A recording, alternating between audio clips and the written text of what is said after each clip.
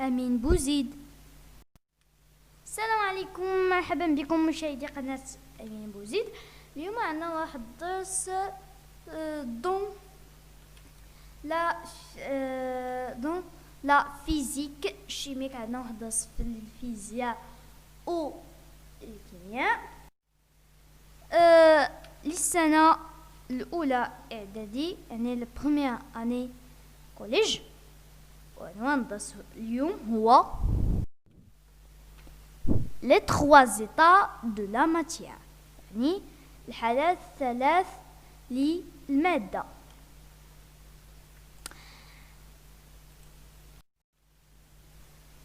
أولا غادي نشوفو لي زوبجيكتيف دو لوسون، يعني أهداف الدرس. أولا connaître les trois états de la matière، يعني التعرف على الحالات الثلاث للمادة. ثاني les trois états de la matière، يعني تمييز بين الحالات الثلاث للمادة. connaître les propriétés physiques de chaque état، يعني التعرف على الخاصيات الفيزيائية لكل مادة على حدة. سنتعلم في هذا الدرس les états physiques de la matière، الحالات الفيزيائية للمادة. 2 les propriétés physiques de l'état solide، يعني الخاصيات الفيزيائية للحالة الصلبة. 3 les propriétés physiques des corps liquides، الخاصيات الفيزيائية للأجسام السائلة. 4 les propriétés physiques des gaz، الخاصيات الفيزيائية للغاز. أولا غادي نشوفو les états physiques de la matière، الحالات الفيزيائية للمادة. عندنا أولا l'état solide، وعندنا l'état liquide، وعندنا l'état gazeux. عندنا l'état solide هي الحالة الصلبة، وعندنا l'état liquide هي الحالة السائلة، وعندنا l'état gazeux هي الحالة الغازية. وكاينة واحد الحالة، يعني هي الحالة الرابعة، لا كاتريام état physique de la matière، تسمى البلازما. هاد الحالة ماشي مشهورة بزاف. هادو هما الحالات المشهورين، ليطا سوليد، ليطا ليكيد، ليطا غازو. اما هاد الحالة راه ما مشهورش بزاف، يعني ما معروفاش بزاف. يعني اننا اليوم غادي ندرسو على هاد ثلاث الحالات. عندنا ليطا سوليد يعني الحالة الصلبة، كوم لو شيز الكرسي، ولا لو صابل يعني الرمل. عندنا ليطا ليكيد هي الحالة السائلة، كوم لو يعني الماء، ولا جوس بحال مثل العصير. وعندنا ليطا غازو يعني الحالة الغازية، مثلا لو فابور يعني البخار، ولا البوتان بحال غاز البوتان.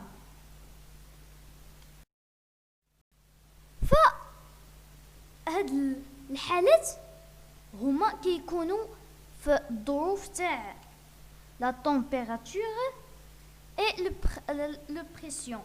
لا تمبيراتور يعني درجة الحرارة، و لو بريسيون يعني الضغط. كيكونوا هما في هاد الظروف، كيكونوا في ظروف درجة الحرارة والضغط. نفهم ليكم، انا نعطيكم واحد الاكزامبل. خذوا مثلا لو الماء. في الدرس السابق تاع لو دو نوتر انفيرونمون قلنا بان لو عنده 3 زيتا فيزيك. 3 زيتا فيزيك، 3 حالات فيزيائية، هما سوليد، ليكيد، غاز، يعني الحالة الصلبة، الحالة السائلة، الحالة الغازية. قولوا لي امتى كيكون لو كيكون كيكون في الحاله الصلبه. قولوا لي لا تمبيراتور اللي كيكون لا تمبيراتور يعني درجه الحراره اللي كيكون فيها الماء باش يولي صلب، شكون هي ديسو دو 0 سيلسيوس، يعني تحت الصفر سيلسيوس. ملي كيكون تحت الصفر كيتجمد هذاك الماء وكيولي دون ليطا سوليد، شفتو، وكيتحول لاكلاص، لكلاص.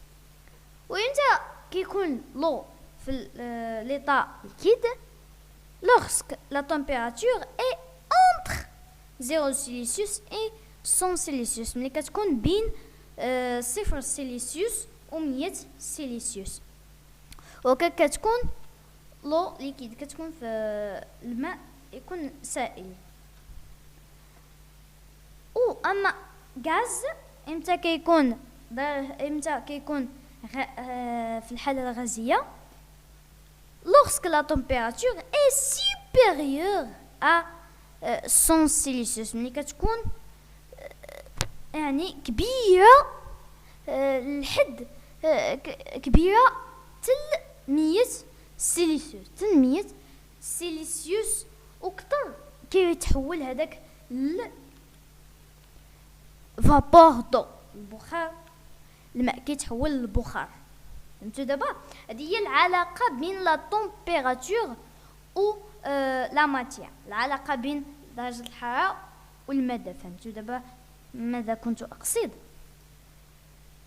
دابا ننتقلوا المهم de les propriétés physiques de l'état solide، الخاصيات الفيزيائيه للحاله الصلبه. دابا ملي شفنا الحاله الصلبه يعني انها كتكون قاسيه وصعيب، يعني اننا نهرسوها، صعيب نهرسوها. دابا غادي نشوفوا الخاصيات الفيزيائيه تاع الخاصيات تاعها، نشوفوا الحالات، ماشي الحاجات اللي كيميزوها عن الحالات الاخرى. عندنا il y a deux modèles de l'état solide، كاينين جوج انواع من الحاله الصلبه. كاين لي سوليد كومباكت لي سوليد ديفيزي. حنا غادي نركزوا حنا اولا غادي نشوفوا لي سوليد كومباكت وعاد غادي ندوزو لي سوليد ديفيزي. لي سوليد كومباكت مثلا طابل يعني طاوله، بورت باب، اون بوتاي يعني قنينه، مورسو دو سكر قلب سكر، بيل الكتريك بطاريه كهربائيه، هادو اكسيتيرا. هادو بعض المواد الصلبه. غادي نديرو واحد سوبيريونس، واحد التجربه، نستعملو واحد من هاد المواد، نستعملو بيل الكتريك. اولا غادي نعرفو بان هادوك لي سوليد كومباكت ne peuvent pas cesser avec les doigts، ما يمكنليناش نمسوهم، يمكن لينا نمسوهم باصابعنا، يمكن لينا نمسوهم بطبيعه الحال. عندي واحد سبيريونس، واحد تجربه. عندنا لا بيل الكتريك، البطاريه الكهربائيه، وعندنا واحد الكاس، وعندنا واحد الدورق مخروطي. هاد البطاريه غادي نحطوها في كلا هاد الاناءين، نحطوها اولا في هاد الكاس. كما كنلاحظوا اننا كنستنتجوا انه راه لي سوليد كومباكت هما الاجسام الصلبه المتراصه. الاجسام الصلبه المتراصه هما راه ما كيتغيرش هم الشكل، هما عندهم لا فورم بروبر. لي سوليد كومباكت ont la forme propre، عندهم شكل محدد. وعندهم لو فوليم بروبر، عندهم الحجم محدد، الحجم عندهم محدد، يعني ما يتمكنش يتغير ليه الحجم تاعو، ما يتمكنش يتغير ليه الحجم تاعو يزداد فيه شي حاجه ولا شي حاجه. يعني الى لي سوليد كومباكت اون لو فوليم بروبر، حجم محدد.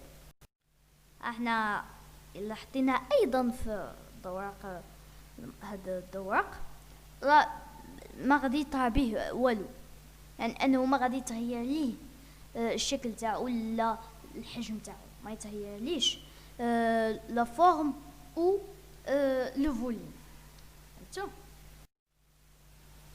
هذا بالنسبه لي سوليد كومبا. ننتقلوا دابا لي سوليد ديفيزي. لي سوليد ديفيزي هما الاجسام الصلبه غير المترصه. لي سوليد كومباكت هما الاجسام الصلبه المترصه، ولي سوليد ديفيزي هما الاجسام الصلبه الغير مترصه، كوم لو سابل يعني الرمل، ولا فارين دقيق. كتعرفوا الدقيق. نشوفوا دابا نستعملوا واحد من هاد المواد، نستعملوا لو سابل، نستعملوا الرمل في واحد التجربه بسيطه. عندنا كما كتلاحظوا الرمل حطيناه في عده اواني، حطيناه في الكاس، حطيناه في الكاس المخروطيه، حطيناه في واحد الدوراق. هذا الرمل حطيناه في الكاس تغير ليه حسب، يعني تغير شكله حسب الاناء الذي وضع فيه. كما كتلاحظوا حطينا عاوتاني في الكاس المخروطيه تغير ليه الشكل تاعو، وحطينا عاوتاني في الدوراق تغير ليه الشكل تاعو، يعني تغيرت ليه لا فورم تاعو. يعني لي سوليد ديفيزي نون با اون فورم بروب، ما عندهمش هما شكل محدد، ولكن عندهم لو فوليم بروبر، عندهم الحجم محدد، وما ما كيتزاد فيهم شي حاجه زعما نزداد ولا نقص، يعني عندهم هما لو فوليم بروبر.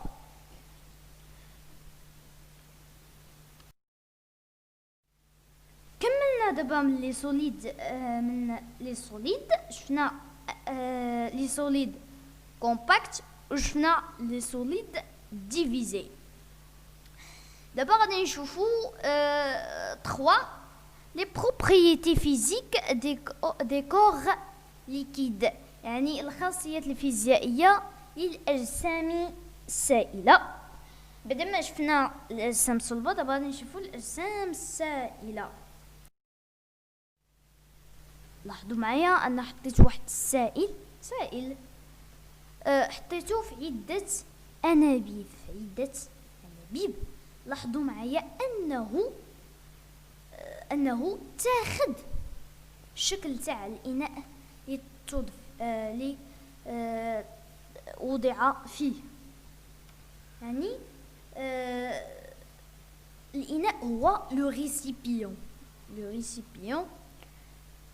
دابا توضع فيه وتاخد ليه الشكل تاعو كما كتلاحظوا، يعني ان لي كور ليكيد نون با دو فورم بروبر، ما عندهمش هما شكل محدد، ولكن عندهم لو فوليم بروبر، عندهم الحجم محدد.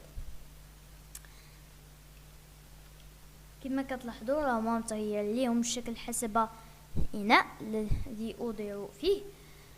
لاحظوا معايا هاد المساحه اللي بقات، هاد المساحه بالفرنسيه هي لا سيرفاس.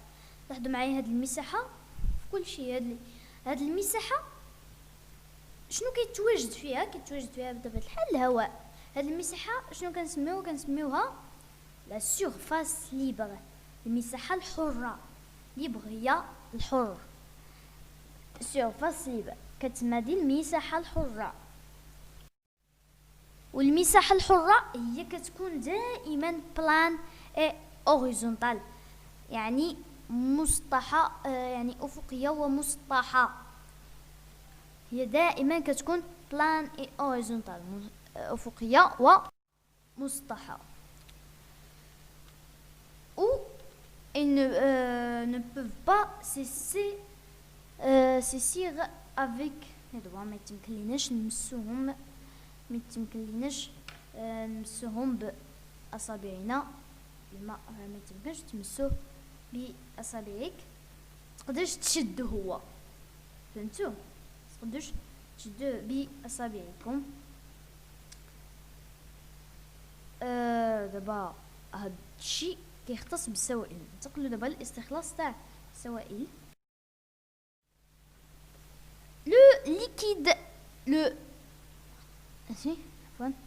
Le liquide prend la forme de récipient dans lequel il se trouve.